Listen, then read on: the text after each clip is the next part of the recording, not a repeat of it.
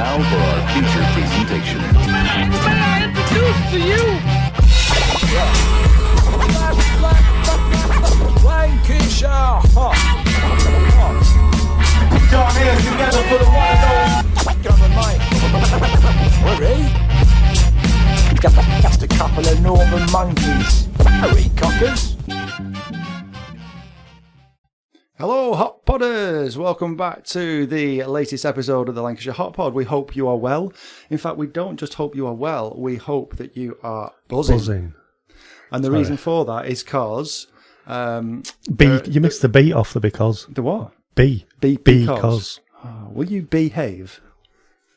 Seriously, man. We talked about you being the wingman. I'm getting bored of them now. So it's not just northern monkeys tonight that are the topic of conversation, because we're going to get our bee on, and we're going to be brave, and we're going to talk about bees.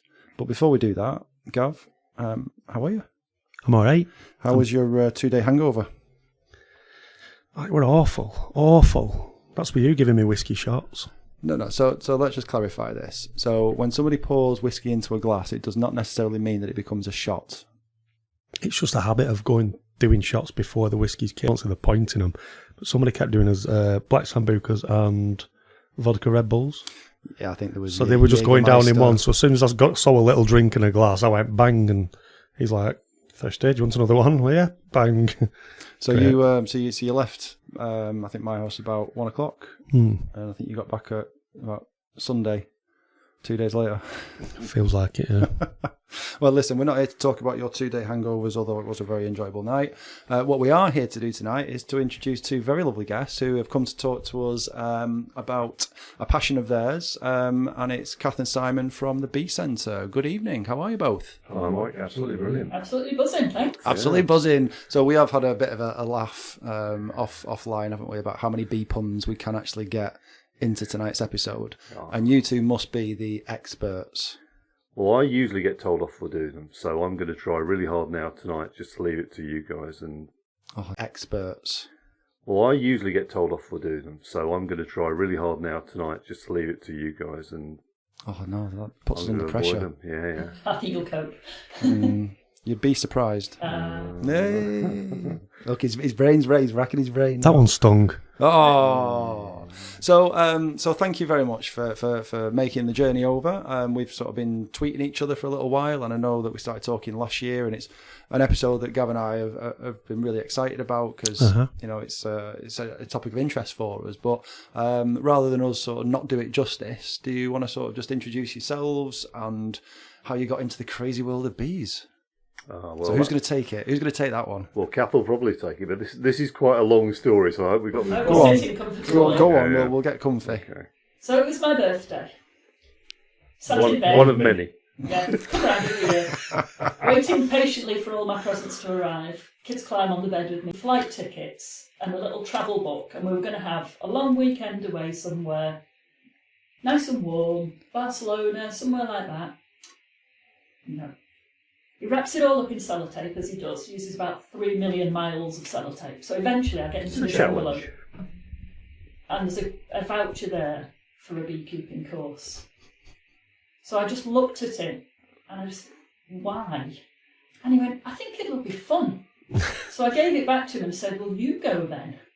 Because I was really pleased with this. Actually, to be fair, there is some debate about this whole discussion, because for years, we've had all sorts of animals of various things. We had quails and chickens. And I'm absolutely certain that at some point, maybe over a drink or two, Kath had said to me, oh, I'd like to keep bees one day. So, being the juice fast, I thought, I'll treat my wife. Surprise her, something really nice. So I go get it. So anyway, when I told him to go on it himself, he said, oh no, he booked our daughter who was 10. She was going to go on it with me. So this was 2 hours every Wednesday night, all the way through winter. Oh, she's going to love that, isn't she? Come home from school. What are you doing tonight? Oh, we're going on a beekeeping course with my mum. So she said, what are we going to do? I said, look, don't worry about this. I've sorted this. I said, we'll go the first week and we'll learn everybody's names. And then every week after that, we'll just go and we'll do retail therapy. And we'll just come back and we'll talk about some of these mythical people and make up a few stories. You'll never know. She went, all right, okay. So she was all up for this 2 hours of retail therapy every Wednesday. Anyway, we went the first week, got to know everybody, really liked it. Went the second week, absolutely buzzing. And after the third week, drove down to Nantwich in our Ford Galaxy, put the seats down. Simon and our son were at an archery competition. So Melissa and I drove down to Nantwich, absolutely buzzing. And after the third week, drove down to Nantwich in our Ford Galaxy, put the seats down. Simon and our son were at an archery competition. So Melissa and I drove down to Nantwich, 3 hives in the back of the car, 60,000 bees in each one. Unfortunately, they weren't stuck together very well. So as I was driving back, I'm not the slowest of drivers, and Nantwich is a bit windy roads, so quite a few escaped because the boxes slid around and the bees were attracted to the light. So this was the first time I'd ever seen a honeybee, was when it was sat on my steering wheel. I'm like, oh, that's what they look like. So she said, Mum, there's quite a few of them flying around. What are we going to do? And I said, it's all right, darling. I said, don't panic. I said, the faster I go, they'll just stick to the back window. Because I couldn't think of anything else to say to her just to keep her calm. So she went, really? I went, yeah, trust me, I'm your mother. So we're driving along. She said, Mum, you're doing 90 miles an hour and it's not working. She said, have you got another plan? I said, yeah, I've got plan B. Oh, God, she said, what's that? So we pulled onto the hard shoulder, put our bee suits on and drove the rest of the way home like astronauts. At least you didn't just slam on and all the bees ended up on the front window. Oh, well, this time there were literally thousands of them in the car. So we... Which is actually normal for us now, so... Honeybees are the ones that don't sting, are they? Yeah, they sting. Oh, do they? They do? Yeah, they do sting. Yeah. But we put the windows down. A lot of them got sucked out. So I felt sorry for the person in the Saab convertible going past us, because they got a few in there with them. But yeah, we got home safely, put them in the garden, and the rest is history. So what, you've just started at home and then moved on, because now you've got a business doing... Now we've got about 150 all around Lancashire. So, 150 hives? Yeah. Gee, and how many is it a hive? Is it 60,000? 50, 60,000. Yeah. Between 9 and 10 million bees somewhere around the place. 9 and 10 million? Yeah. But trying to name everyone... Yeah. But trying to name everyone when they're born is a long project. And they only live for 6 weeks, and you forget the names. Where did you get up to? Sort of 100,000, 101,000, then you just got bored? Yeah. Pretty much. It's a lot of names. It's hard work. So, obviously, forgetting one experience all those years ago to turn it into, a business today, has that been an easy ride? I think it becomes easier, or it's easier because it's something that we actually enjoy, and therefore it's something that's evolved through a passion, as opposed to trying to set something up with the mind of it being a business. And we're both environmental people by background. We're both from the environment profession. So actually that was a kind of a nice extension of starting to do things that involved bees, as opposed to environmental consultancy and waste management. Of starting to do things that involved bees, as opposed to environmental consultancy and waste management stuff, which is what we used to do. And did you have to do the two together? I mean, it wasn't just a case of jacking your jobs in and going, right, we're gonna be beekeepers and go into the honey trade. Well, we're quite lucky because our jobs over the years have kind of evolved anyway. So we've always made a living from things we enjoy. So we've got an environmental consultancy business. We've got some properties that we rent out and various other things. So actually, those have kind of also provided income whilst we've been enjoying doing up the bee stuff. So it wasn't a straight swap over, but now the bees have taken over our lives, haven't they? Oh yes, big time. Yeah. And almost, am I right in saying almost taken your life? Am I right in saying that? Oh yes. I'm very allergic to bees. Well, I was. I spent the last 3 years going to hospital every 4 weeks, sometime or other, and she stings you. So yes, 4 weeks, every 4 weeks. So you've still got to do that now? No, I've done it for 3 years. Right. I had my last jab 2 weeks ago. So now I've just got to keep everything crossed that it's worked. And hope you don't get stung again. Oh, I've got EpiPens now. Ah, right, okay. Yeah, and my daughter's put an app on my phone so she always knows where I am, so she can track me. So if she comes home and her tea's not ready, she's like, oh, where's my mum? Is she dead in a field? So what is it you do? Do you just travel around to all your hives making sure everything's all right, extracting the honey, or...? No, we don't keep bees for honey. We're very unusual in lots of different ways. Okay, so there's a jar here that says otherwise. Well, no. Yeah, but when you have so many bees, they produce honey. That's their food. Yes. And when you look after them properly, they produce quite a lot of it. We don't interfere with the bees a lot, so they get on with their job. Every time you open a hive, it takes them 4 days to get the job. Every time you open a hive, it takes them 4 days to get the environment back to how it was before you messed about with them. So that's 4 days that they're not out collecting food and processing the nectar into honey. What did you say the lifespan were? 6 weeks. 6 weeks. Yeah. So queen lays 2,000 eggs a day. So every day there's 2,000 bees dying, 2,000 babies word. being born. She's a busy bee. She is a busy bee. Every 30 seconds or so. Day and pops night. one out. She never stops. A machine. Yeah, she lives for 5 years. Sore bomb. And she's doing it all every 30 seconds for 5 years. Yeah, pretty much. Except through the winter, having a bit of a rest at the minute. Christmas do they and all. They don't hibernate, no. They cluster. If it gets really cold, they all huddle together like penguins in the hive. So they go down from 60,000 bees down to about 10,000 in the winter. Kick all the men out, the drones, because they're completely unnecessary. Surplus to requirements. Absolutely. They only have one job in life, and when they've done it, they die instantly. So they kick all them out because there's none of that hanky-panky going on in the winter. Should think so. So there's down to about 10,000 bees. The queen doesn't lay in the winter because there's no food coming in to feed these babies. They're just living on what stores they've made. Honeybees are the only bees that survive as colonies throughout the winter. All other bees, your bumblebees and your solitary bees, all die off, and just the queen goes and hibernates somewhere nice and warm, and then she starts again in the spring. But honeybees have evolved to make honey, so they've got food to survive throughout the months when there are no flowers to feed on.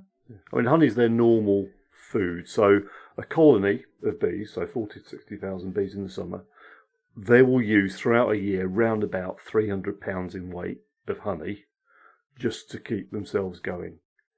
Honey is produced by bees from nectar, okay, and it contains their carbohydrate source, so basically some sugars.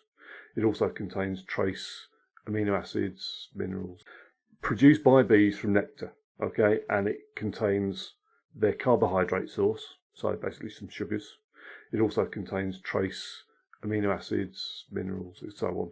All the things that they need as essential to being healthy, giving them the energy, and so on.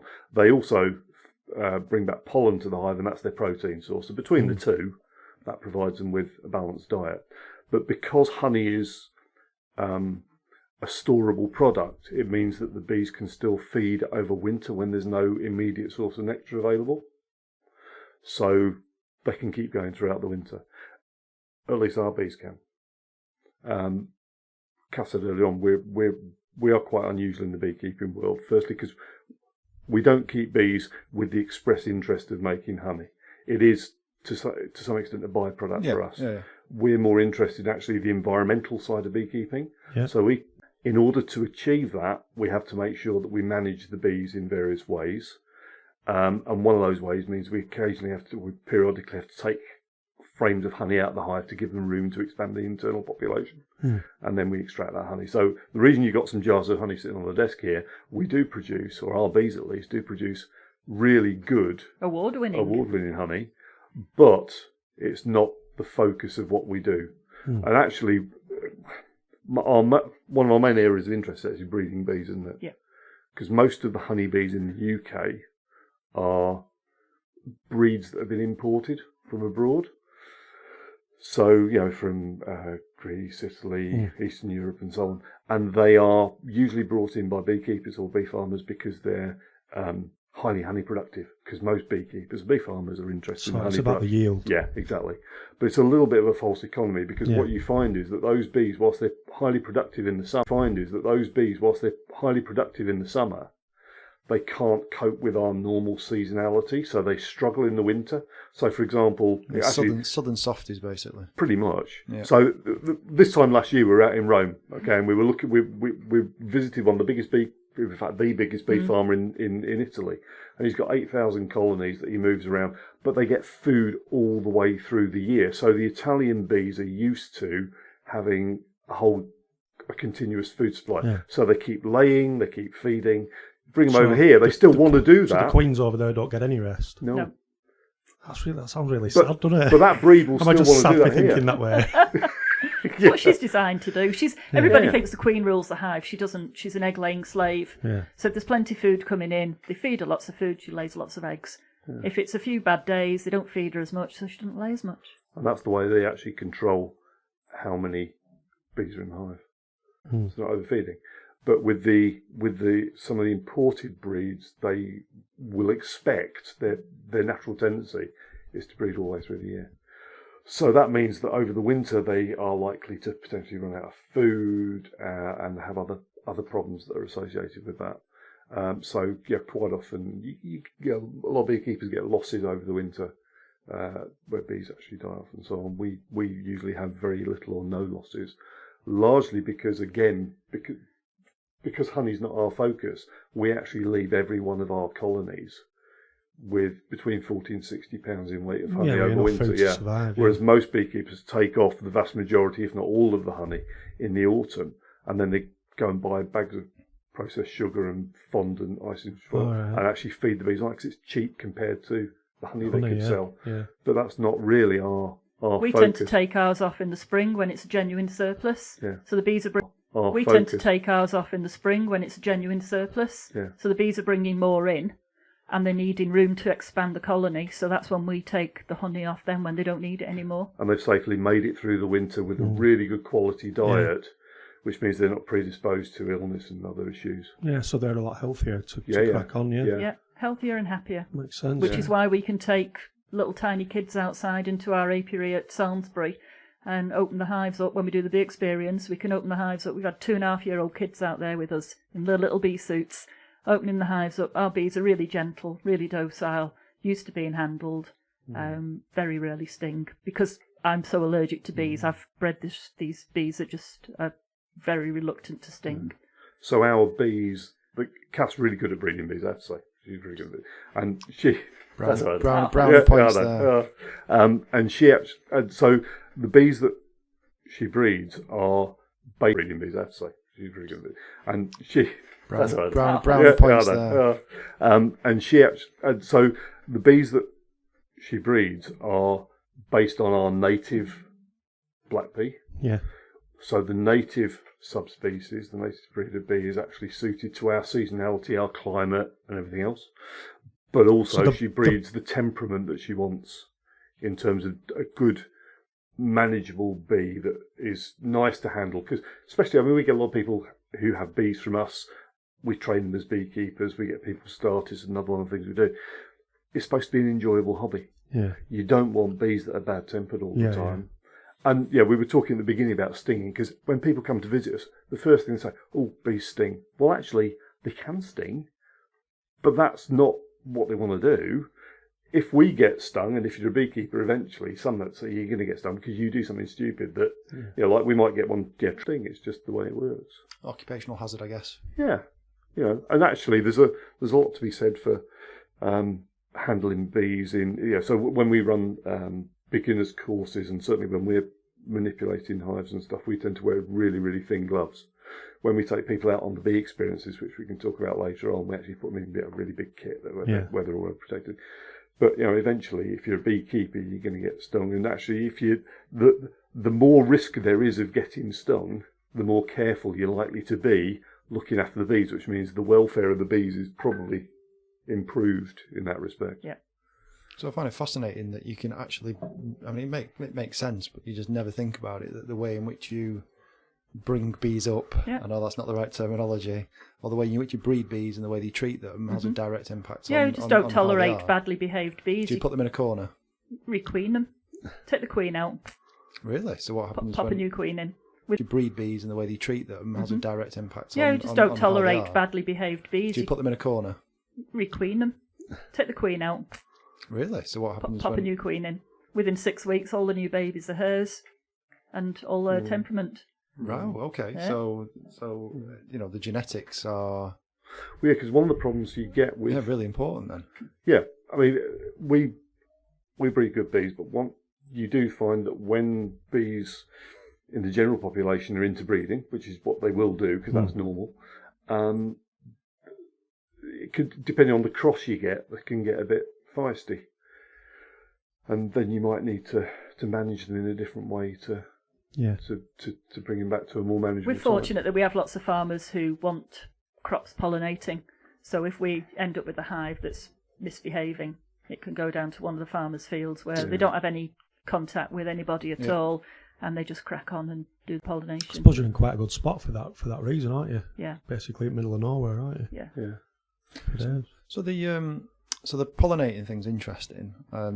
Gav and I were sharing like links and stuff like that on bees over the last couple of weeks, and you sent one of the ones around how the use. I think it's intense farming, and the example they used was almonds. And I know that's perhaps not a relevant example in Lancashire, but you might know about this. The way that they're using bees to pollinate almond fields. And essentially, huge amounts. We're talking millions upon millions of bees are dying out. I think this is in the States. Because they've got bee farmers who are essentially just pimping out the bees to pollinate the almond fields. This is a bit of a sore point with us because we are bee farmers, but we work with farms and communities to help pollinate crops in a sensible way. Our main focus is actually sustainable and ethical beekeeping. So that's what we're interested in. Bee welfare is priority for us. In the States, bee farming is seriously big business, and 80% of the world's 80%, 90%, 80%, I think it is, of the world's almonds come from California. That's right. That's where it was. Yes. Okay. So what they do every year is they ship billions of bees, millions of hives in these big American wagons to California to pollinate the crop. Okay. And it's basically bee slave labour. It's just like intense farming for bees, isn't it? Yeah. There's nothing else for them to feed on. Yeah. Bees need a varied diet. There's 11 different amino acids from the pollens that they need, so they need to feed on lots of different flowers to get all these different amino acids. If they're just feeding on the one flower of the almonds, it's just like going to McDonald's every day and having a Big Mac for your breakfast, your lunch, and your supersize me style. So you just or anything where you're only eating the same thing all the time. Yeah. Whereas the farms that we work with and the people that we work with, landowners, even if we're doing crop pollination, there's always additional crops that they've either planted. So we try and develop sort of sustainable supply chains with them. Yeah. So, a couple of examples. I mean, you guys had cuckoo Brindle we did, Distillery yes, we did, a while back. Big Tom. Yeah, his vajazzle beard. Yeah, that's the one. Well, I'd have said Borbal beard. let's not even go there. Well, we didn't because you guys do know the guys at Brindle Distillery. We know them very well. Yeah. Yes. You were going to say that the honey. Honey goes into the Sunshine Gin. Yeah. And also into the new rum. Yeah. So we have bees on site there. Excellent. And it's literally 500 metres from our house. So we feel compelled because we have to do quality control. So every time we have to deliver honey. Yeah. And So we very worth the visit. I think we're going to do one of the workshop tours. Oh yes, definitely. In the next few weeks. Yeah. Go and they're check out the Cuckoo's Make your Nest. own gin nights are hilarious. So if you're honestly. 500 metres away, Yeah. I imagine that you have staggered that quite a few times. Well, we might have. And the More best bit times is- than we remember. Yeah. And they're uphill from us as well, so we can actually roll down the hill. Oh, It's great. lovely. Yeah. Even better. Our daughter was 21 on New Year's Eve, so we had her birthday round there. Yeah. Ah, She right. works there. And in she works when behind she's- the bar. when she's home. So Right, that's yes. good. Well, the benefits of social media. I'm sure I Yeah. saw some photos from that event. But we've got some hives on site there. We've also got a load the other side of the motorway. And last year, it was last year, wasn't it? The year before last. The wildflower. Yeah. Yeah, last year. Yeah, Jerry actually planted, was it 2 acres? 4 acres of 4 acres. wildflowers. It had been just grass where the cows and the sheep would Great. graze. And he ploughed it all and he planted 4 acres of wildflowers, borage, and all cows and the sheep would Great. grazed. And he ploughed it all and he planted 4 acres of wildflowers, borage, and all sorts of things. And he said that in the 50 odd years that he'd been on the farm, he'd never seen so much wildlife in such a small area. There were hares and lapwings and all sorts of things. And the insects and the bees was fabulous. And the honeybees did incredible. The honey that came from there was unbelievable. I love seeing wildflowers, fields of wildflowers. It's something different to see nowadays. And it looks so nice. And it changed every course it time does. you went. It changed. Yeah. The colours changed. Well, And because the wildflowers will all be flowering at different times, so you'll have different flowers out all year long. And it's We've just got beautiful. drone footage. We've flown it every week Really? over the summer and got footage of all the different flowers coming through, which we're putting together in a compilation. Hopefully it'll go on their website sometime, yeah. So what these the bees that you keep are the black bees, are they? yes. Well, they're based on the black bee. See on Friday when I saw her, because she's just got a license for bees. I think she's got to wait 2 years before she can get bees or something. No. She was saying something, I don't know, something like that, because I think they're going to be moving up Scotland in the next couple of years, and they want to get bees. But they've got to get a certain kind of bees that can survive, and I think it's all going to go to, isn't it? She's going up to Orkney, Yeah, isn't she? yeah, So she's got to get them on the island. Yeah. So you don't bring any diseases and pests onto the island. Yeah. So, but the ones that you've got to get are the ones that can handle winter or windy weather or something. Yeah. That's again, we're Yeah. trying really hard to get beekeepers around the UK to develop their locally adapted bees that are suitable to the local area. So we've got bees over in Wales. We won't take our bees from Lancashire over to Wales. We breed different ones over there to over here, because the environment's different and they're better suited, aren't they? Yeah. Another thing I'm interested in. The environment's different and they're better suited, aren't they? Yeah. Another thing I'm interested in, which I've not really looked into anywhere near as much as I should have done, the importance of bees that people are, I don't want to say ignorant to, but towards. But yeah, what can you tell us about the importance of bees? Just well, in terms of food, because you see all these news articles saying, "Oh, bees are dying out, this and that," Yeah, there's lots of urban myth stuff out there, and there's lots of stats that maybe or maybe not founded on believable science. But in reality, we rely on crops for food, but also for building materials, clothes, and so on, that require pollination. And pollinators in general have been declining over the years. And bees are a big proportion of that pollinator, because in general have been declining over the years. And bees are a big proportion of that pollinator, because there's actually over 270 species of bee in the UK, and between them they pollinate huge amounts of. that are indigenous to the UK. Yeah. Wow. All sorts of different bees. And we actually, even though we focus on honeybees, we actually are involved in lots, because we do habitat creation with landowners and local organisations all over the UK. And as part of that, we actually help them set up things where maybe honeybees aren't the right thing to apply in a certain area, but maybe bumblebees, or more importantly, solitary bees might be better. So we do a lot of that sort of stuff as well, which is nice because we don't focus on honey as our main source of generating revenue. We do other things like pollination and habitat creation, and of course the education side, which we do. So we work a lot with, and of course the education side, which we do. So we work a lot with schools and other groups to educate them. About 4 years ago, we were looking for somewhere where we could have more of a customer-facing part of the organisation, and we actually were talking to one of our customers who happens to be the local authority, South Ribble Council, and we do a lot of work with them. And we're saying, you've always got plots of land lying around where we can build a visitor centre, get an agricultural building or whatever. And they said, better than that, we know where there's a building that would be absolutely ideal for you, and it's kind of about ready for some extra input to it. And that happened to be in the grounds at Samlesbury Hall. It was something they built originally as a garden centre building, and they'd gone through various stages of activity. So anyway, they introduced us, and we went there, met up with them, and tied up an arrangement. And now we've moved into what was the old garden centre building, and we use that now as our training apiary, our sort of showroom, if you like, for all the different types of hives that we use and sell. And we also have schools and other groups come there and we can go out to schools too. So that's become quite a big part of what we do. So the bee experience that we mentioned earlier on, that's kind of our ecotourism activity.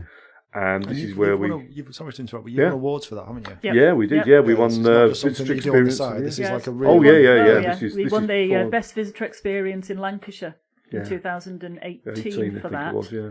Congratulations. And then Visit England actually paid for me to go out to Sweden to promote it to the Scandinavians. So they want the Scandinavians come over here a lot. They watch football and then they go back. So the idea is to bring them over, get them to stay 1 or 2 nights and do a few experiences. Absolutely brilliant. Love it. We're really big on trying to build collaborations where everybody wins out of it. Yeah. You know, and that's... And we've got so much to offer in Lancashire as well. Yeah, absolutely. People just don't realise. So we need to get more people coming in to see what it is that we do here and what we can offer them. But yes, but with the bee experience, that's really popular. We do lots of those now. And I have to say, it's damn good. And we have had people come from all over the world. They've actually seen it and they've actually come here to do it and built their holiday around it. We had a family of 4 from the States last year. A guy phoned me from Hong Kong, said, I'm out. We're coming to the UK. We really want to come and see you. They were going actually to West Wales, flying into Heathrow, and wanted to come and see us on the way. So I explained to him the technicalities of that. The geography there doesn't anyway, quite work. bless them, they did. They came up. So he went back to the States, got his family, because it was a family summer holiday. Came to Lancashire, came in to do the bee experience. They were absolutely blown away. We did it as a private session for them, which we do for groups. It's unusual and unique, but we want everybody to leave going, wow, that was good. Yeah, that was amazing. We don't want to say, oh, we had a nice time. We want them to go away saying that was absolutely brilliant. And we give them a briefing, put them in beekeeping suits, take them outside, open up the hives. They get to play with the bees. We do some photos for them so they can take them away and do whatever they want with them. And then, they come back in and then we do a honey tasting and we talk about all the different things that bees do, like we're doing now. We're doing the environment stuff. We get part of the brilliant process feedback was a secret shopper came to do the experience. Oh, So we have no idea who he was, but he did the experience. He then went away. He phoned the company who had sent him and said, thank you for sending me on that. It was the best thing I've ever done. We then got 97% on the report, which is more than anybody's ever got before. I was going to say, it's nothing like, it's not like Bee Advisor or anything like that. It's a professional company. Professional they do national stuff. Yeah, good. so we were dead chuffed about that. I bet, that's fantastic. That just proves your passion showing through, doesn't it? Yeah. So passion will get you in a lot of places, but if you cast your mind back to all those years ago, where did you get your inspiration? How did you learn this stuff? Are you completely self-taught, or was there bee farming classes? You know, how did you sort of? Well, I went on this 10-week course. The 10-week course, and that sparked everything. It just started so many questions in my mind. I've got a science background, so I was asking all these questions, and the answer always came back. I was like, "Why do you do it like that? That's how we've always done it. Why do you do this? Because we've always done it that way. That's what we do. If you always do what you've always done, so you'll always nobody could ever give me a proper answer. So then I had to go away and start researching. And the more I researched, the more questions it opened in my mind, which I had to answer because I couldn't go to bed until I had the answer. It opened in my mind, which I had to answer because I couldn't go to bed until I had the answer. And that's just... Great fun, that one. It's just gone on. Is that why you slept in another bedroom? Yeah, we won't go there. We won't go there. So it's still going on now. I'm still learning. every Monday night. I'm at bee school again, learning all about bee anatomy, and I didn't know that there were so many words with more vowels and consonants in them that are completely unpronounceable. But I've got to learn for an exam in March. Yeah. Oh, right, okay. And then do you become like a doctor in? Oh, eventually I become a master beekeeper. A master beekeeper. Mm. What are you now? Standard. Just a beekeeper. Yeah, just a queenie. No, is that your title? Queen Bee. Queen Bee. They'll call me Queenie and his drone. She's being modest here. She actually knows a huge amount about bees. The difference is with Kath that because she explores lots of different types of beekeeping in different places, she's built up a real big knowledge. And her genuine interest is so when we get beekeepers who come to us for beginners courses, and they may have done some beekeeping before, or beekeepers who come in to get some advice from us that say, the bees aren't doing what they're supposed to be doing. Well, funnily enough, the bees are doing exactly what they're supposed to be doing. It's just you're not understanding what they're supposed to be doing. Well, the book says that they should be doing this. Well, the bees don't read the books, right? For a start, okay. And if they did, they'd write better ones. So the emphasis for us has very much been, if we were a bee, how would we try to respond to a certain situation, or what would we be trying to achieve? And actually, for us, that's reasonably straightforward because we come from a science. So I've got an ecology, environmental background. Yeah, so that is a much more effective way of thinking about how to work with bees. If you understand what they're trying to achieve, work with bees. If you understand what they're trying to achieve, you can work with them as opposed to against them, and you don't get stressed about, well, they're not doing what the book says. Well, yeah, take your book up straight away and work out what it is that's different to what's in the book. Think like a bee. Think like a bee. That's our course motto when people come for courses. Yeah, they'll react differently to different situations. So you basically just got to go with it and try and Yeah. And even more so at the moment, because of course we've got changing environmental conditions, changing climatic conditions, changes in habitat out there. So the bees are trying to keep up with it and make it up as they go along as well. And the only way to work with that is say, well, okay, if I were a bee, what would I be trying to do? So is that so? Gav sort of mentioned it before about what do bees do in terms of the environment and the role that they play in sort of the ecosystem. You hit the nail on the head there. The changing climate. So we are, whether you're a denier or a supporter, we environment and the role that they play in sort of the ecosystem. You hit the nail on the head there. The changing climate. So we are, whether you're a denier or a supporter, we absolutely believe in climate change and the way that the role of the Industrial Revolution and just basically everything that we're doing around technology and farming and greenhouse gases and everything that's contributing to pesticides, just everything basically that man and woman and kids are doing that's contributing to hurting the environment. Is that the biggest threat for bees then? Is it the climate? Is it the changing climate, or is it, as you say, green belt disappearing? It's a bit of everything. It's a real mixture. Oh, really? Okay. It's a real mixture. Yeah, there's no straightforward, clear culprit, because actually the bee population and other pollinators are trying to manage a lot of changing things. So it is, loss of habitat in terms of food sources and changes in farming in the UK because of changes in land use generally, but also particularly in farming. So there's losses in food sources. There's changes in availability of space to nest. Okay, so honeybees, typically a woodland species, inhabit cavities in older trees and so on. Well, of course, old trees we tend to be chopping down because the health and safety people say they might fall on somebody. Yeah, so there's less natural spaces for them to colonise. Solitary bees, some of the ground that they might nest in, or other vegetation where they might nest in old wooden stuff's all being tidied away.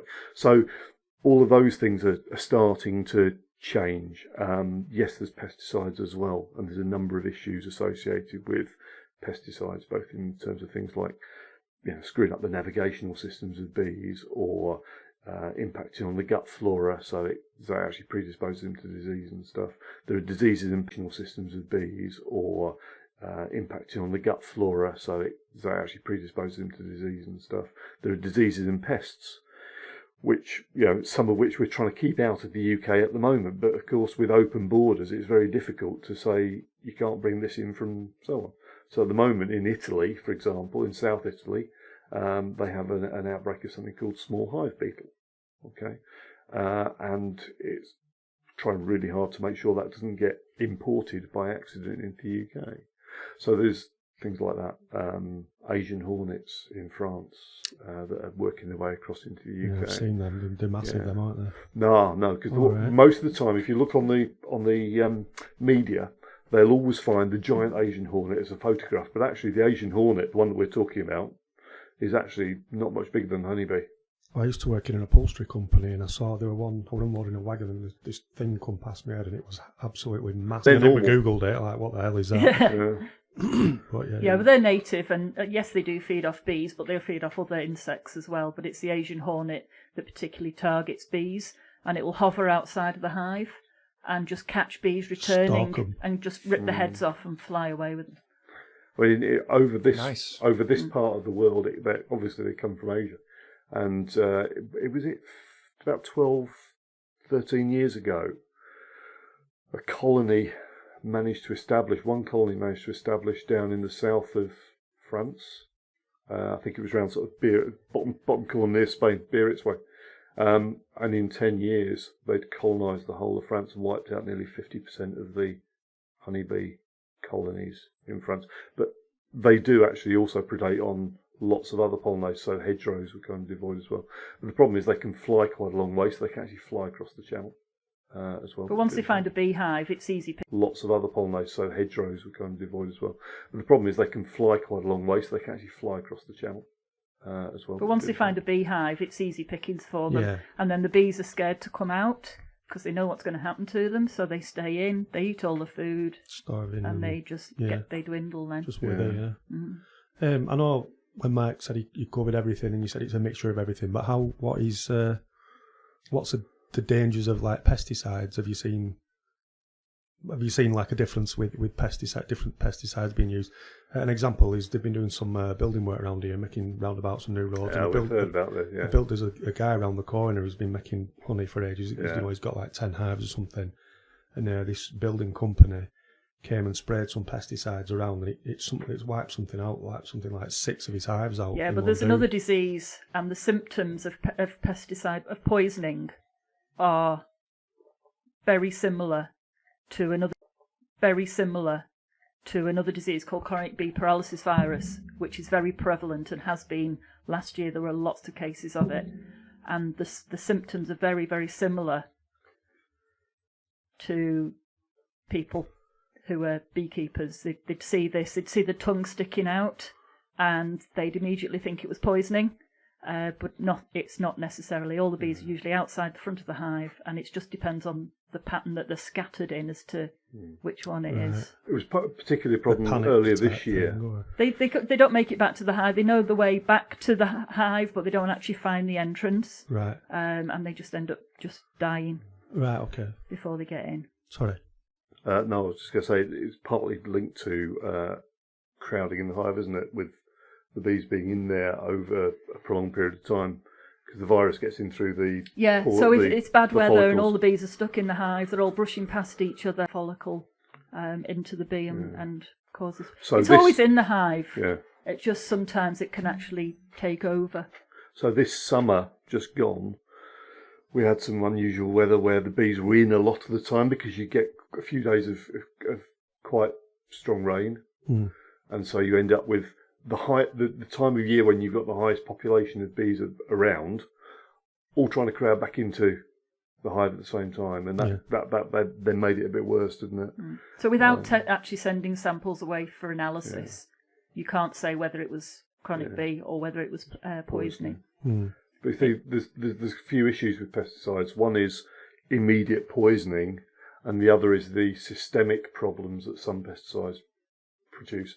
So as I say, like screwing up the navigational system of the bees, so they'll leave the hive, but then can't work out effectively, to put it in simple, screwing up the navigational system of the bees, so they'll leave the hive, but then can't work out effectively, to put it in simple terms, how to get back. So the hive gets reduced in numbers, or where you've got.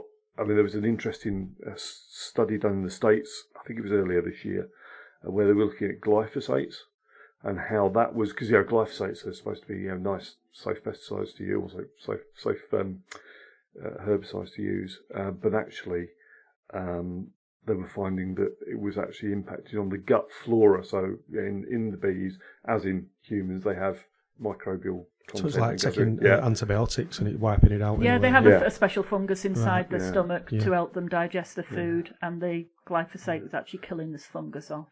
So they couldn't digest the food. So that then basically stresses them, again. It starves them, and also it produces another stress. It's raining, so you only spray when it's a nice day. So to find all these dead bees outside, it could be either or. You just don't know. It could have been a coincidence that the council was spraying at that time, but as I say, chronic bee was quite prevalent. We went. You mentioned the bees sort of lying down. We went for a walk early this year, probably back end of summer, and we were just walking up the tower up top of Boventure, and we must have seen just a few bees scattered around. We thought they were dead, but actually on closer inspection, they were still alive, but they were moving quite slowly. Mm-hmm. We moved on. There were more bees. Moved on, and literally in the space of perhaps 100 metres. I would hazard a guess at how many. Late summer, I think. Were they bumblebees? Yes. Black and yellow? Yes. And they on the ground? They were on the ground, right. And they were alive, but they were just either moving really slowly or sleeping or having nightmares or something like that. But there was literally hundreds of them within the space, or having nightmares or something like that. But there was literally hundreds of them within the space. So we were Googling, going, is there like been a mass bee suicide or something like that, or has there been an issue with bee populations in the UK that we weren't aware of? It'll be the Lancashire lemming bees. They just decided to jump out of a tree. Yeah. But some of them actually live in the ground. Some bumblebees will live in the ground. They live in old mouse holes. That's what attracts them, because there's a cavity underground, and they can actually smell the mouse urine, and they go in and investigate. And once the mouse has left, they make the nest in there. I mean, these guys were just chilling, just either crawling really slowly or just lazy. It was a sunny day, yeah. They're probably just warming up before they flew off. If I ever see them in garden, that's where I go out with honey and water and don't give them honey. Sugar and water. Not honey. Yeah, don't give them any honey from like supermarket prophylactically treated with antibiotics all the time because of the diseases that they have out there, which means there's minor traces of antibiotics in the honey as it comes over. So if you're buying honey off the shelves in supermarkets, the cheap, really cheap jars that you buy, because a lot of it can be sugar syrup and other things that are not. The label on it, if the labelling says that honey has to say it's either product of the UK, product of the EU, or product of non-EU country, or it can be a blend, so it can be EU and non-EU. If it's non-EU, it'll most likely be coming from China. Yeah. A big chunk does. China currently produces about 25% of the world's honey supply, but it's not always honey as we would expect to see it's not perhaps done ethically. They feed the bees on sugar and water, so the bees are just processing the sugar and water and turning it in. They feed the bees on sugar and water, so the bees are just processing the sugar and water and turning it into a product that resembles honey. Because it comes from a hive and it's made by bees, it can legally be called honey. That is awful. But you wouldn't find any pollen in it. They've not been near a flower. I like my ready break in the morning, and I just buy honey from Sainsbury's and just drizzle honey on it. It may it just depends on which ones you get. Being careful. The thing is, if you're buying honey and you want to get the best benefits from it, try and buy honey where you know where it's actually come from. So get it from a local beekeeper, or a local organisation that are producing their own or something similar. Because of course, if you go somewhere where they're used to selling large quantities of very consistent honey, or any product, pretty much it has to be manufactured. Okay, you come to us, there's different stuff coming in at different times because of the different flowers. Okay, if you want the same squeezy jar of the same colour, of the same consistency every time, that's manufactured. Which is not quite an important natural, message, normal, straight out of the hive honey. And also, when ours comes out the hive, it's approximately 15% moisture. Honey can be up to 20% by law. Anything up to 20% can be called honey. After that, you can't class it as honey. So what the big manufacturers do is they'll take honey at 15%, mix sugar and water solution till it's saturated, and then dilute down the honey to get it up to 20%. So it's just like a way of bulking it up. So so they're bulking it out. So you're going from 15% to 20%. So a quarter of what's in that jar is sugar and water. And then when it gets to 20%, the natural yeasts that are in the honey start to ferment. So they pasteurise it to kill all that off and all the beneficial bacteria that's in there. So the organic content. And then when it gets to 20%, the natural yeasts that are in the honey start to ferment. So they pasteurise it to kill all that off and all the beneficial bacteria that's in there. So the organic content's not what you would get from an unprocessed. And then if you're going to have it in your squeezy bottle as well, your little squeezy teddy bear, then they have to filter out all the pollen because otherwise if you've got little grains in there, it starts to granulate more quickly and it'll go solid, and there's nothing worse than a solid squeezy teddy bear. I have got one of those downstairs in the drawer actually. It's a bit of a lottery, because not all big production honey is that way, but you've just got to be a little bit careful about choosing something that looks like it's going to be more natural than processed. And there's a real variation out there. The best way to get the best benefit is to try and buy something where especially if you've got hay fever. The best way to get the best benefit is to try and buy something where especially if you've got hay fever or allergies. That's not a myth then? No, God, no. Absolutely true. Absolutely. So if you're struggling with hay fever, the best thing to do is get local honey. And start taking it now. So we're in February, start taking it every day, and then by the time the season starts and the flowers come into bloom that you have the problem with, you'll have desensitized yourself. So it's pretty much the same. I go to hospital for these jabs. It's the same. You take the honey every day, you ingest the pollen in very small, minute amounts every single day, so your body starts to build up an immune response to it. And then when you expose yourself to the flowers that you're allergic to, you've already got that blueprint in there, and your body knows what to make more of. So that's fascinating to me, that. Someone told me about it, and I was like, it's really effective. I mean, our son, who used to have horrendous hay fever, he hasn't taken antihistamine for 10 years. And if he doesn't take his honey in the summer for a couple of days, start to itch and so on, as soon as he's back on the honey, within a day or so, it's reduced back down again. And it's very, very effective. And we've been surprised because so many people come to us for that reason, and we hear all the good stories about how well it's worked for them. But there's also a bit of an urban myth around it, because they say local honey, but it kind of depends what you call local. We tend to find that for us, northwest tends to be local enough, because there are common pollens all the way across the country, and the nearer you get to where you live, the more common they are to your area. But we certainly find that the northwest's pretty good, isn't it? How far do the bees go outside? Is it? I can't even remember. 3 miles. Is it 3 miles? Yeah. That's quite a way for a small. It is. Thing. Little thing. So what? Obviously, like you've mentioned climate change and things before. Have you seen bees evolve? What things have you seen? How have you seen bees act differently? Do you know what I mean? Yeah, you've been in the bee game quite a while now, so you'd expect to see some change over the last few years. Yeah, it's a bit weird, because the natural world is used to changes. In fact, if anything, change is really important. The problem is the speed of change.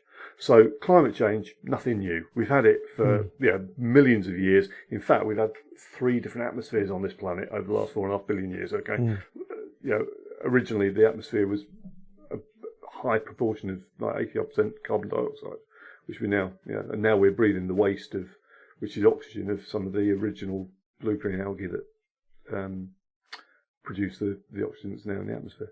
So it's nothing new occurring faster than the natural world can adapt to cope with it. Okay.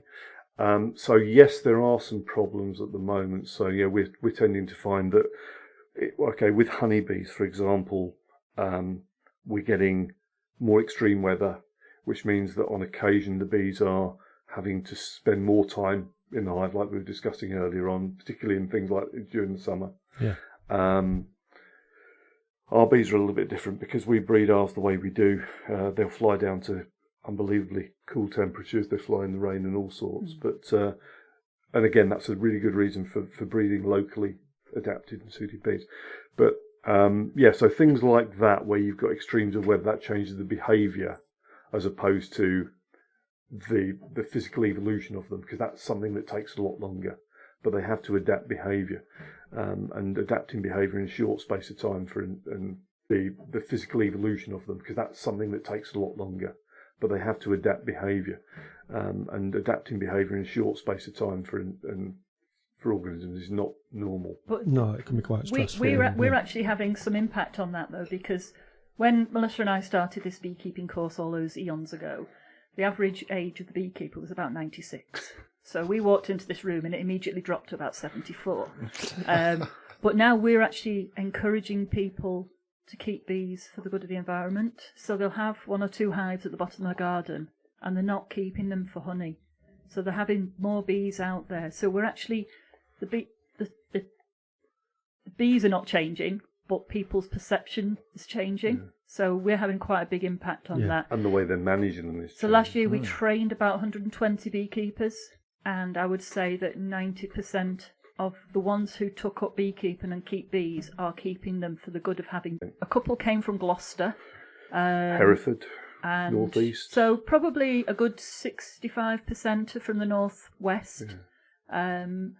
And the majority of them do start beekeeping, perhaps not straight away, but they do start within 12 months. Well, that's good because they plan it, which is nice, because they're not jumping into it and then making a mistake. It's not like a puppy for Christmas. No. And then, and are you seeing it, is it getting busier and busier? Yes, yeah. As soon as we advertise the dates for a new course, then busy full. Yeah, I mean, we run, again, one of the ways we're weird is that we tend to run beekeeping courses in the season when you can actually work with bees, rather than something to do for the beekeepers over the winter and so on. So we, before Christmas, advertised our first 2 courses. They were sold out within a week and a half. Our next one we advertised because people were chasing us for extra dates. We put another one. That was sold out within a couple of weeks.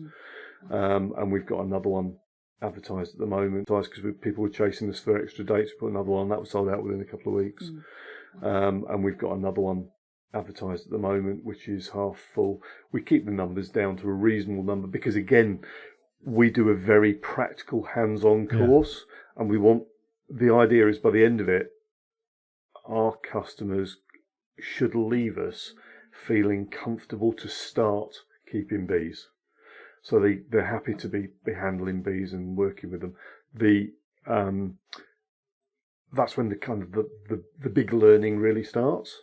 Because you can spend weeks doing PowerPoint and reading books, but actually there's nothing like practically operating them, observing them, watching them. And then we've got an ongoing support program. So if anybody who comes to us gets ongoing support and help, and have the opportunity to buy our bees as well, which gives them an automatic advantage too. Yeah.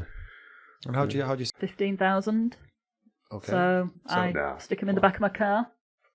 Drive them over. Not 15. You were going 15 in a nuke. 15? 15,000. Yeah, okay.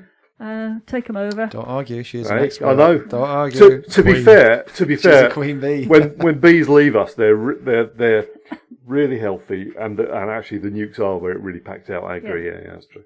Yeah. And then would those 15,000 bees become 30,000 bees? If they're tracked right and the people that are buying them. Oh yeah, within a fortnight the hive would so in a beehive, beehives are 18 inches square, and as beekeepers we are allowed to talk in old money. We work in proper units. So we inches, pounds. So you sell bees by the pound, £3.5 of bees.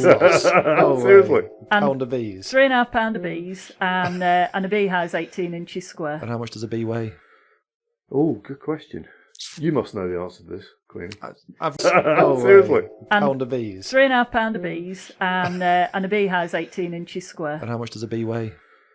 Oh, good question. You must know the answer to this, Queen. Average bee, you know what I mean? Talking, not slim bee, not a fatty. Not a fat bee. Not a fat bee. Average bee. Not a queen, not a busy drone. Like just a busy drone. Busy drone. That's a bit of a conflict. They're just a few grams. Okay. Yeah, just a few grams each, so you get quite a lot to the pound. I was going to say that's many bees to a pound. Yes. Yeah. So with our bees, again, we're a bit different. I make sure that people who are local who buy them, I take them out and install them for them. So you don't just come along and go, "Can I have a box of bees?" You go, "Yeah, there you go, and here's your money. Thank you very much. Off, bye."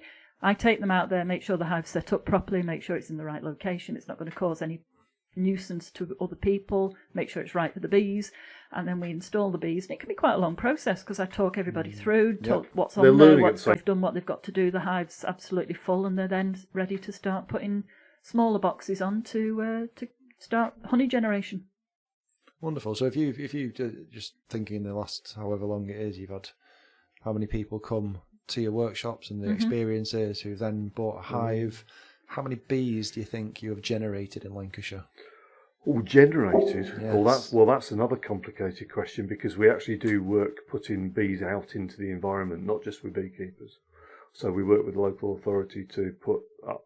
We put empty hives out. So when To encourage bees yeah, to... bees swarm. It's their natural way of Expanding, reproducing. yeah. So when this 18-inch box is full, and there's loads of honey, loads of bees, and they think, wow, everything's great. We can split into two. We can reproduce. So their conscious decision effectively is, things are going really well, we can afford to invest in setting up a second factory. That's the that's the mindset. yeah, exactly. Yeah. Yeah. So half of them go off with the old queen, and they leave a new queen behind. So 30,000 bees say bye-bye, and off they Do go. they have to vote for the queen, or is it sort of process of... Oh, that's another story. We'll Oh, come back to that we'll in get to that in a Oh, bit. keep That that just question reminds me in of your the bee mind. movie, and all there with signs going. So these 30,000 bees go and sit in a tree with the old queen, and the scout bees then go out looking for a new home. So they come back, they do the little waggle dance, which Simon is a master of the waggle dance at demonstrating it. It's a shame he we can't are do it recording right this, now. Simon, so you can give us a demo if you like. So yes. when they actually finally agree on a new home, off they go and they move into this new home. Unfortunately, 75% of these swarms die. So 3/4 of our bees die because they can't find a new place to move to. They might go into a compost bin, the black Daleks. Yeah. Well, there's no thermal insulation there, so they die, they perish with the cold. Or they go into cavity walls and the pest controller comes out and poisons them. So they make lots of queens. Yes. They'll make lots of new queens. And the first queen will come out. And if she's fully intact, so her wings are all right and her legs are all right and they're happy with her, they'll let her patrol the hive until the next queen comes out. If she's damaged in any way, her wings damaged or something like that, they kill her. Because there's no point having a queen with anything that's damaged, because she's not going to be able to do a job. Okay? No So mercy. off she goes. She's dead. She's stung and dead, and get rid of her body. So this Is that what they carries do? on. They sting her? Yeah. Yeah. Or baller. Or what? They can do something called balling, where they'll actually surround Oh, it something does like it a generate wasp. heat? Yes. Yeah, they do Yeah. that. Yeah. So that's Don't know another way. where did I know that from? Depends on the bee. It's just Yeah. my So general so knowledge. when there's a few queens wandering around, they'll fight to the death. So it's queen on queen. Yeah. One queen has to sting the other queen, and the sting on the queen is just like an injection at the doctors, so it can sting multiple times. So until there's no more queens left. So there's only going to be one queen left in there. She will then go out and fly when she's about 7 days old. She'll mate with somewhere between 20 and 30 drones, and then she'll come back and never go out again. Unless in a few years' time she's going to swarm with the rest of her What a colony. life. Yeah. What a life. It's But it's madness. it's I mean, we talk about nature's design, and a lot of things that you've talked about today around bees and what impacts them or influence. I suppose it's like this for a lot of the insect world, but it's the word that I keep thinking about is intricate. Like everything's really intricate. There's an intricate balance between how Well, things everybody work and what thinks they that the do. queen runs the hive because she's the oldest and she's the queen. It's not. It's the youngest bees that are in charge. Effectively. Because the bees live for 6 weeks, and the first 3 weeks they spend living in the hive. Babies, they get rid of the dead bodies, they process the honey. When they get to 3 weeks old, they then go out foraging for the nectar and the pollen and come back. So you think about it, the bees that are in the hive know exactly what stores they've got, how much food they've got, how many eggs there are, how many mouths need feeding. They know exactly what's going on in there, and they're the ones that make all the decisions. They're in control of the logistics, effectively. And they can then make the decisions makes about sense. How much they feed the queen. Because the queen has different mouth parts to the normal workers. So she doesn't feed herself she has to be fed effectively. So the way the workers control how many eggs she lays is by feeding her more or less, which gives her more food. She can lay up to 4 times her own body weight in the summer per day eggs. That'd be a lot of eggs if it was you. It would. Oh, It would. oh, Yeah. You can only say things about- like that when about you're in with somebody 60 for 20. That'd be a lot of eggs if it was you. It would. Oh, It would. oh, Yeah. You can About- only say things about- like that when about you're in with somebody 60 for 20 odd years. Yeah, about 60 stone of eggs I'll be laying a day. 14 still in one day. Yeah. So how do you take holiday then? How do you sort of detach from bee world? We work 7 days a week, and we have done for Years. Mm. Yeah. So you don't have holidays? No, because I mean things like so the visitor centre over at Samlesbury, we open that normally on Wednesdays and Sundays. When we're not there, we've got our other apiaries all around the county and other programmes that we're doing in other parts of the country. So yeah, we don't tend to get downtime. Last year, in February last year, we went to Rome for a week, but that was actually to a bee health conference. So that was 3 or 4 days of bee. Yeah. We went to this year, but actually we were looking at ancient beehives over there. Yeah, so it's kind of How ancient? Very ancient. Roman. Well, Malta was the honey capital. Yeah. Maybe I thought that. A couple more seconds. No, even older than Kath these were. No, Malta was actually the honey capital of the Roman Empire. So Malta is actually an adaptation from Melita, which is honey. Yeah, so they actually used to produce honey in Malta to supply the Roman Empire. So we were out there looking at the hives and videoing, because we were saying to you guys, we got a YouTube channel that we set up a few years ago. We haven't done as many videos on it as we'd intended to, but we've got loads of stock footage, and we were out getting some footage of this stuff in Malta as well. That's all going to be up there in the next, hopefully, 3 or 4 months as well. That's all going to be up there in the next, hopefully, 3 or 4 months. So the YouTube site made us smile earlier. What's the title of the? Not the blonde beekeeper by any chance. It is the blonde beekeeper. And that's so. Up there with the boozy beer tour, the boozy bee tour. Yeah. So the blonde beekeeper. You've got pictures of bees on there. Yeah. Obviously you've got quite a few videos on there. I mean we share your pain around. We'd like to do more videos than is physically possible when you take your job into it and everything else. We've got some backed up, haven't we? Yeah, we've got a few things that we need to do. But so what's the plan with the YouTube channel then? Are you going to do more sort of how-to videos, more sort of informative videos? Because obviously education is a huge part of what you do. So I mean the plan for this year, a lot of the normal things that you would find on a channel. So reviews of kit and equipment. We've already done a few of those. We get a lot of inquiries from people as a result of that about wanting us. Again, one of the ways we're a bit unusual is we actually have lots of different types of beehive that we operate. And that's one of the ways that actually we develop a really good knowledge about how bees try to live or want to live. And we make beehives from all sorts of weird stuff as well.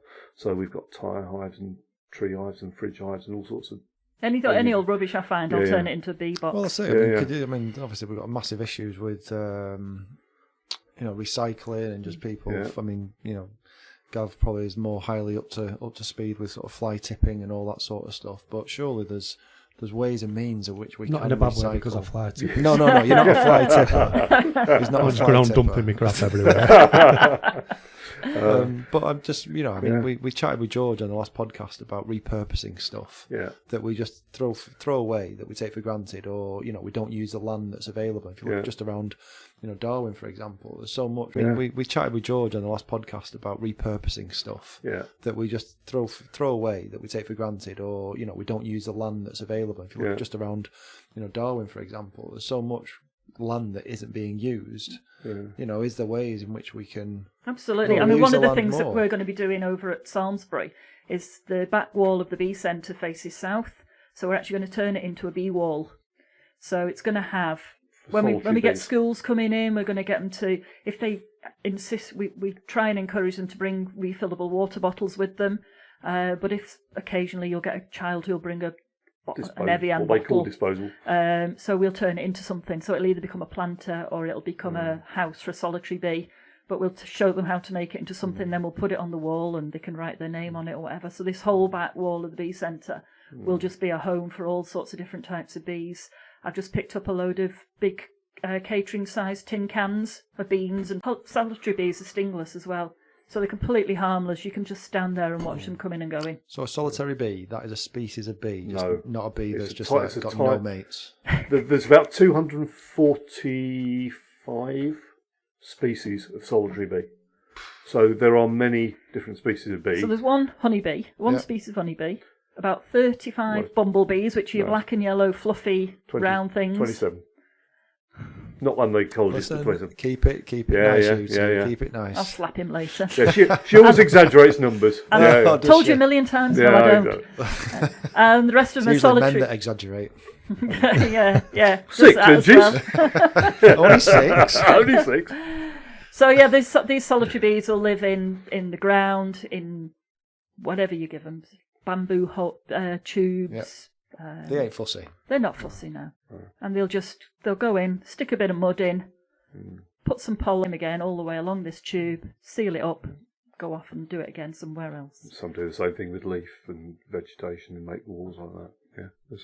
So we do encourage people to make, but obviously that's not for honeybees, that's for solitaries and for bumbles.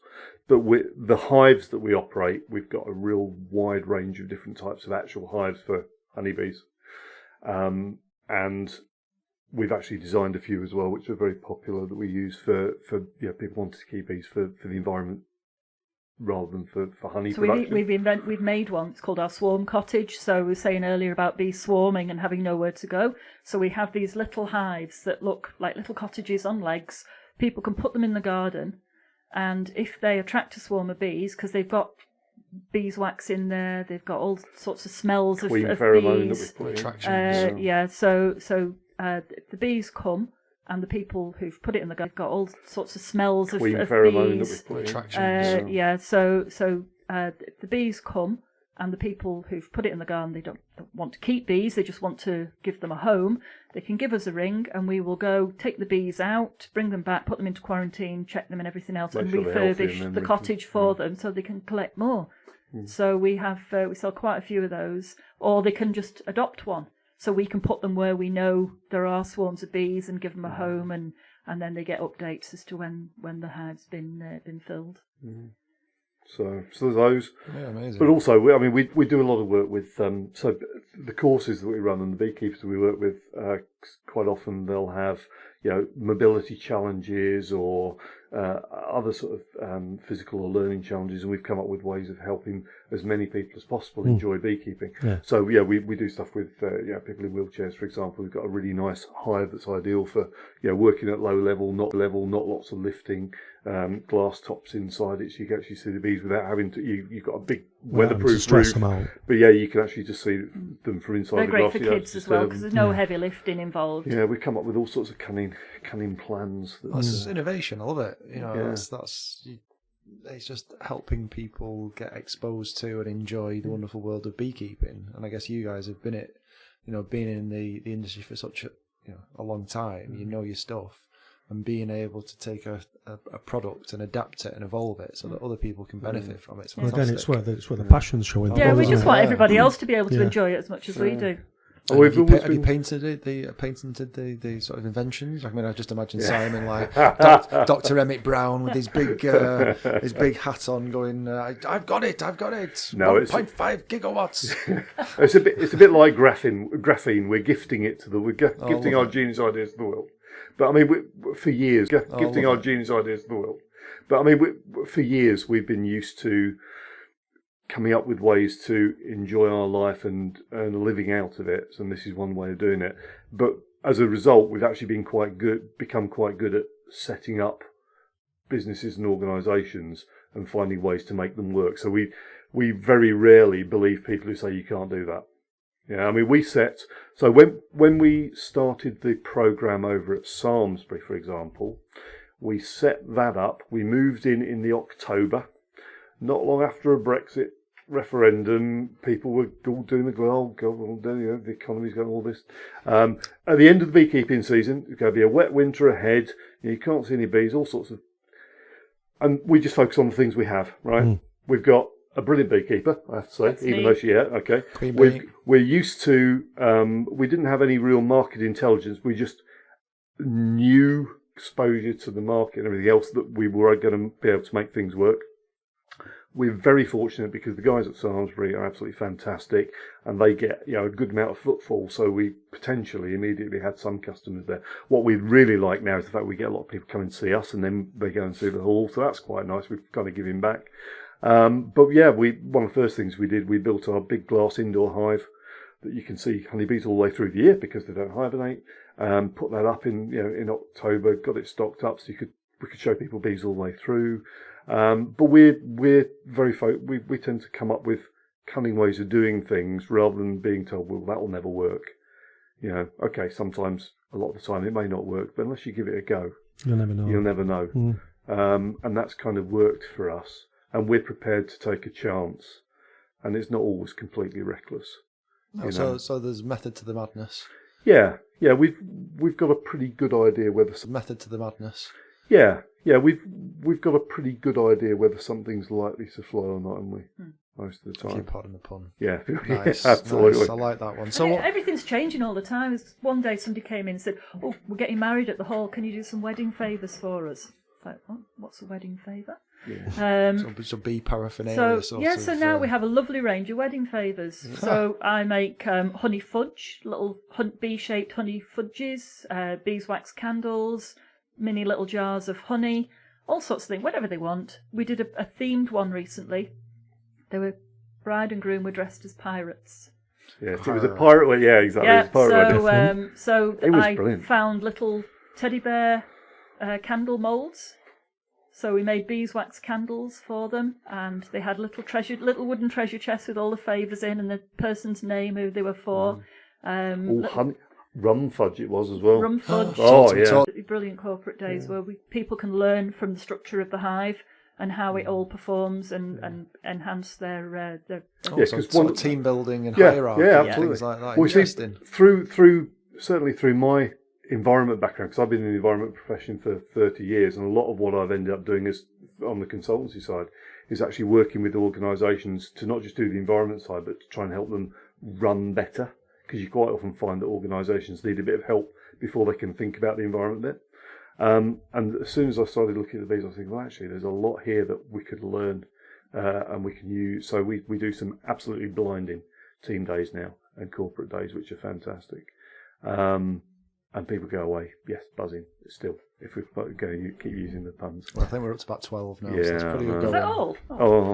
Yeah, longer then. We're clearly droning on for far too long. So what's the obviously this is fantastic. The on for far too long. So what's the obviously this is fantastic. The way in which it's evolved, diversification, the things that you've sort of designed yourselves, you've invented. But where do you see it sort of over the next 5-10 years? Are there aspirations to grow it further? Are you going to continue doing the same thing? Well, we want Lancashire to be the home of the honeybee.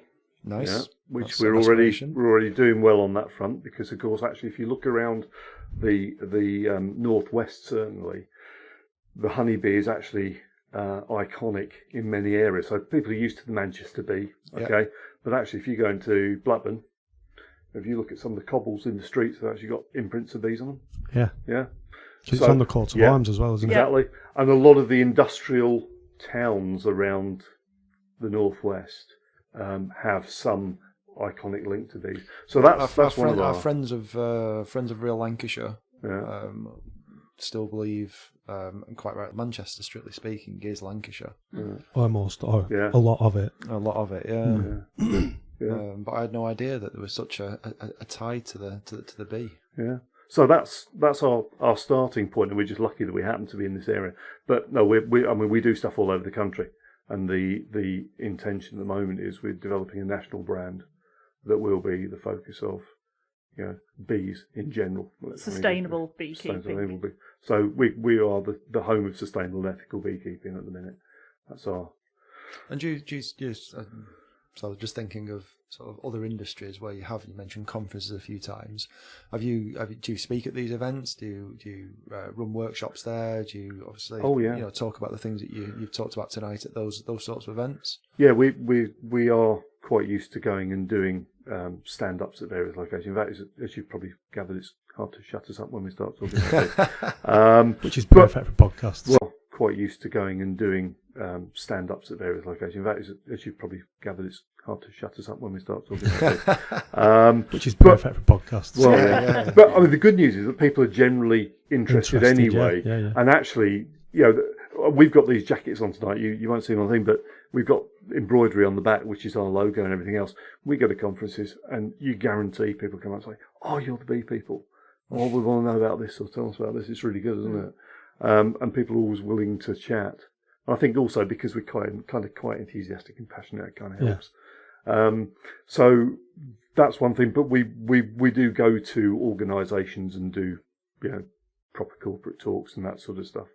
In fact, we were just asked by I won't say who, but another big Northwest media organisation if we could just to go and do something for their staff club recently as well. So. Have you got other people that are on board with you?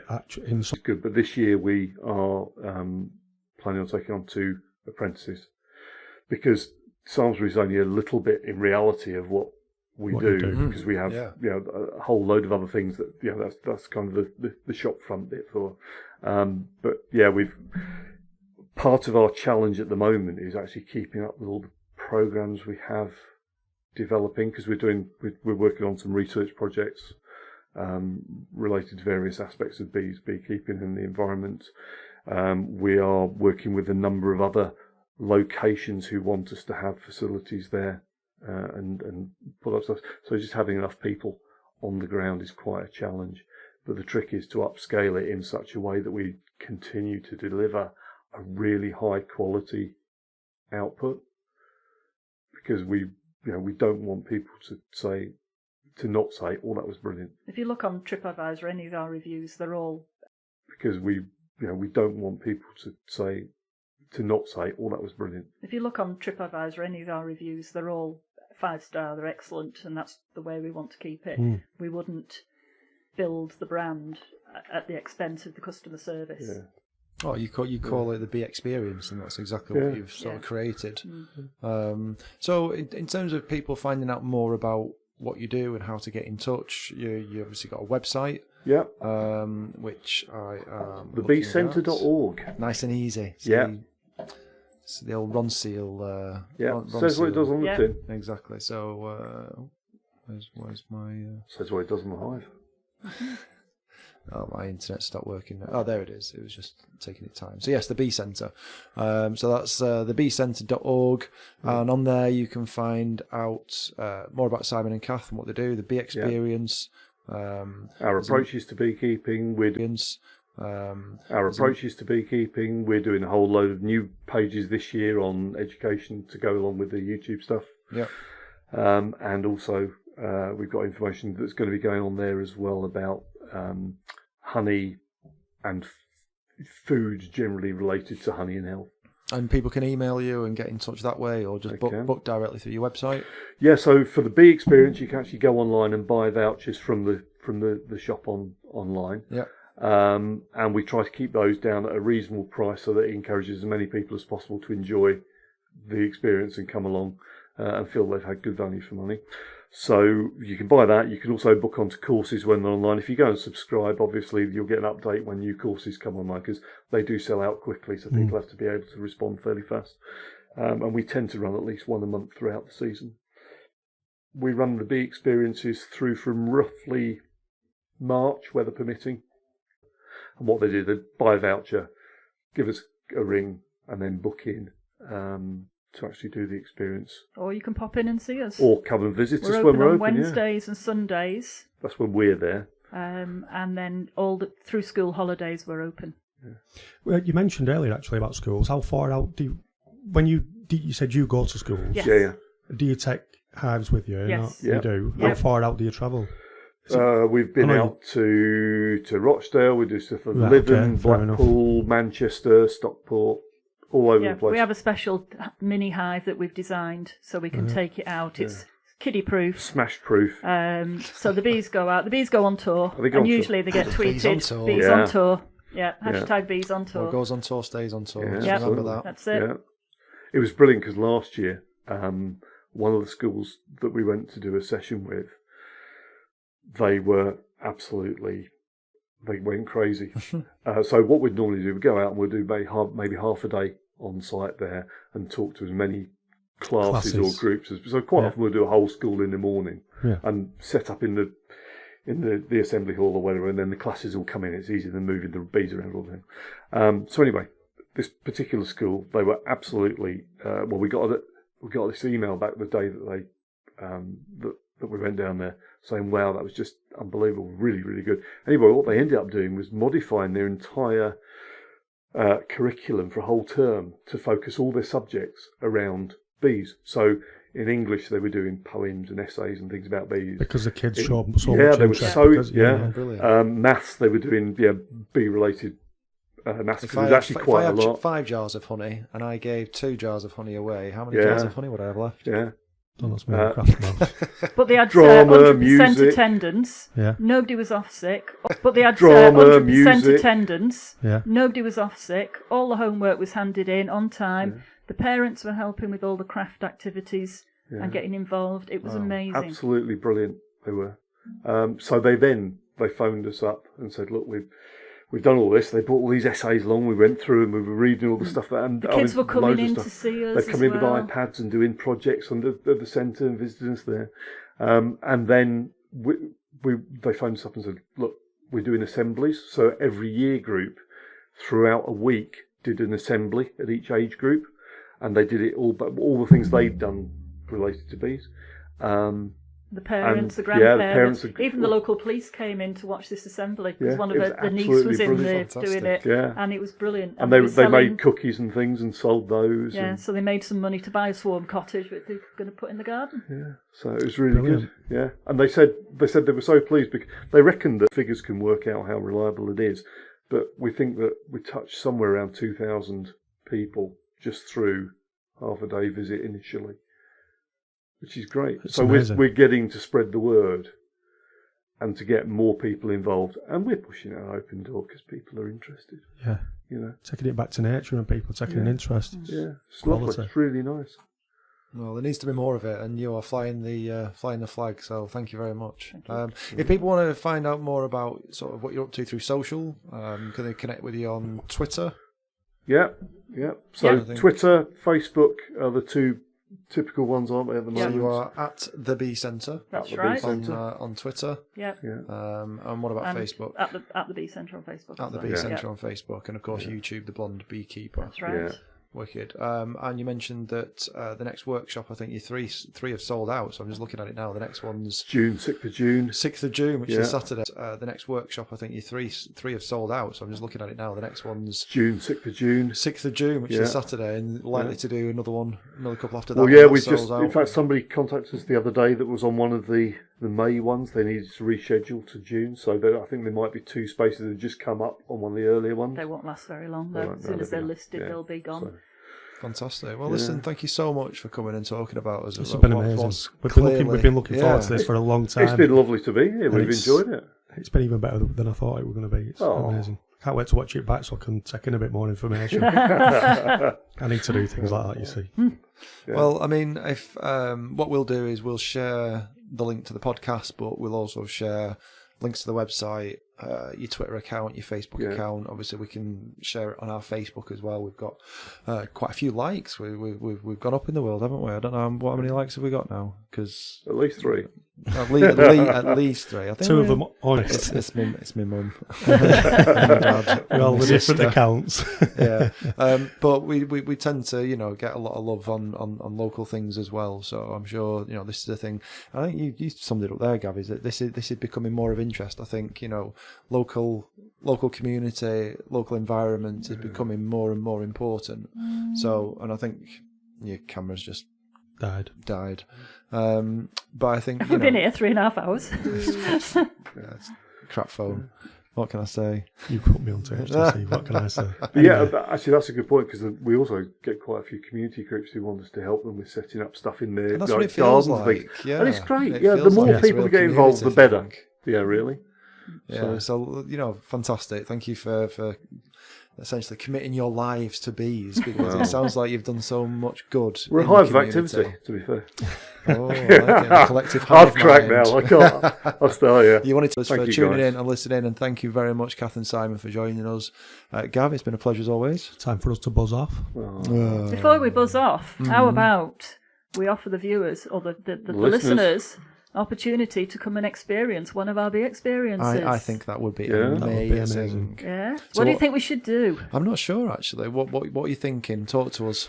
Oh, I don't know. Well, we could do a voucher. We could do. And yeah, you could have a competition of some description. That sounds like a very good idea. Worst bee pun? Worst bee. We're onto it. We're onto it. Like it, Simon. Okay, I so think I'll be entering that. you'll win it hands down. We'll keep an eye out for your name on the list. Okay, so we could do a little bit of a competition with the funniest or the worst bee pun. And would you like to be the judges? Oh, Yes. I don't know. Yeah, go on. Being the king and queen of bee puns. King. Drone. Drone. Yeah, I'm just a drone. She's Queenie, so Fair enough. Well, listen, we can we sort could do that. sort out the finer. And then whoever wins can offer it to their partner or. Oh, that's romantic, Love is isn't in it? the air as well as See if we sunny. can recreate this again. Hang on, what's Valentine's Day? When people Listen, you spend don't- ridiculous amounts of money on. You don't go on holidays, so Valentine's Day is off limits as well. Yeah, yeah. Okay, well, as ever, Hot Podders, you can catch us on Twitter at the Lancashire Hot Pod. You can get us on our website, thelancashirehotpod.com, Facebook, the Lancashire Hot Pod. You see there's a theme here. But thanks once again to Kath and Simon for joining us. Gav, pleasure as always, times 2, and we'll catch you soon. Latest peeps. Nice one. Cheers. Yeah.